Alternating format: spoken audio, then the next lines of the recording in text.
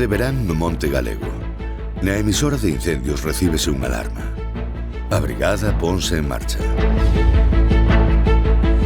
O atrapamento é a situación máis extrema a que se pode enfrontar un bombeiro forestal. E aínda que non hai unha fórmula única nin a manobra perfecta para enfrontarse a estas situacións, neste vídeo imos abordar accións que poden salvar vidas.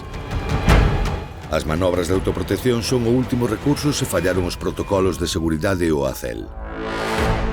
Algúns dos perigos que debemos enfrontar en situacións de atrapamento son accidentes cos vehículos por tentar atravesar a columna de fume ou as chamas cando circulamos, queimaduras ou danos no sistema respiratorio ao inhalar gases tóxicos moi quentes. O tempo disponible para preparar a manobra e a cantidade de auga que teñamos serán determinantes.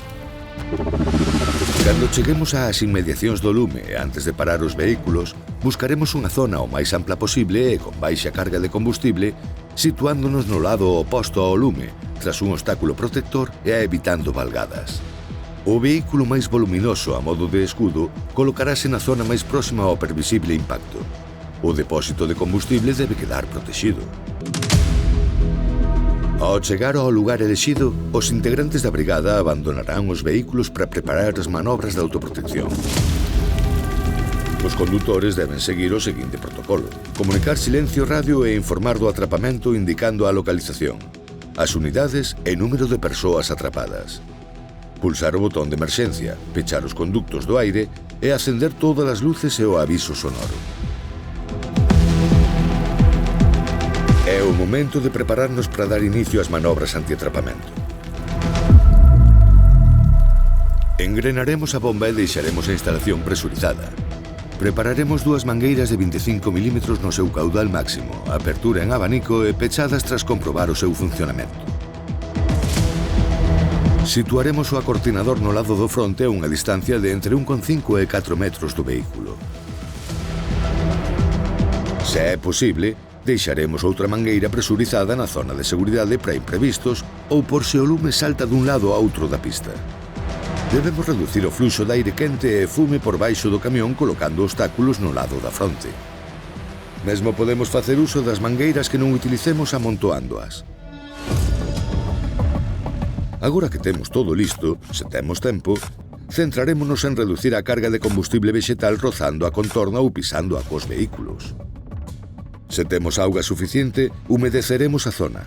En todo caso, afastaremos todos os elementos inflamables.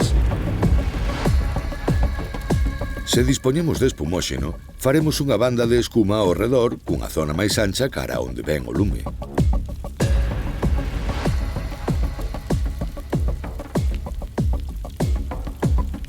Ademais, se temos tempo suficiente, podemos realizar unha queima perimetral. O lume avanza e é xusto antes do impacto cando debemos de activar os sistemas de autoprotección do vehículo. Compoñentes da brigada ocuparán as lanzas dispoñibles, mentres os demais situaránse na zona segura, colocados en piña e agachados. O lanceiro traseiro protexerá ao motobombista e o dianteiro a zona da cabina e a toma de aire do camión para que o motor non se pare. Se a intensidade do lume é baixa e temos auga suficiente, podemos iniciar unha manobra ofensiva. Con todo, debemos quedar sempre cunha cantidade de auga que nos permita desenvolver unha manobra defensiva.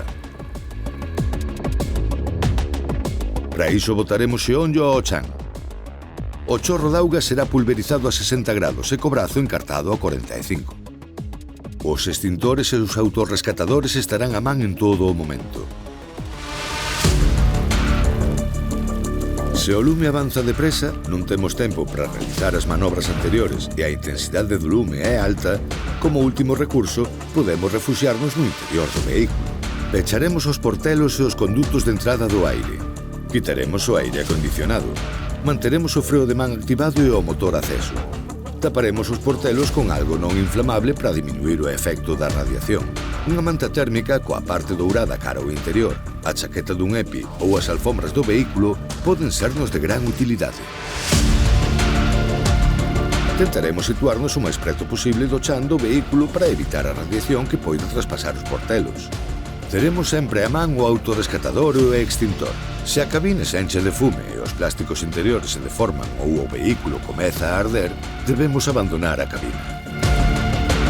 Sairemos sempre pola parte oposta á chegada do lume o máis preto posible do chan. Por último, en caso de non ter auga, hai dúas manobras que podemos poñer en marcha para sair con éxito dunha situación de atrapamento. Faremos unha queima perimetral ao noso arredor o máis ampla posible. Unha vez feito isto, poñerémonos en posición de defensa no centro da área e esperaremos a que pase a fronte do lume. Tamén podemos optar por realizar unha queima de escape.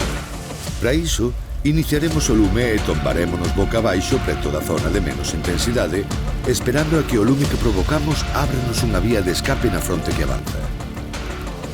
Lembra que o atrapamento é a situación máis extrema que podemos vivir no noso labor como bombeiros forestais.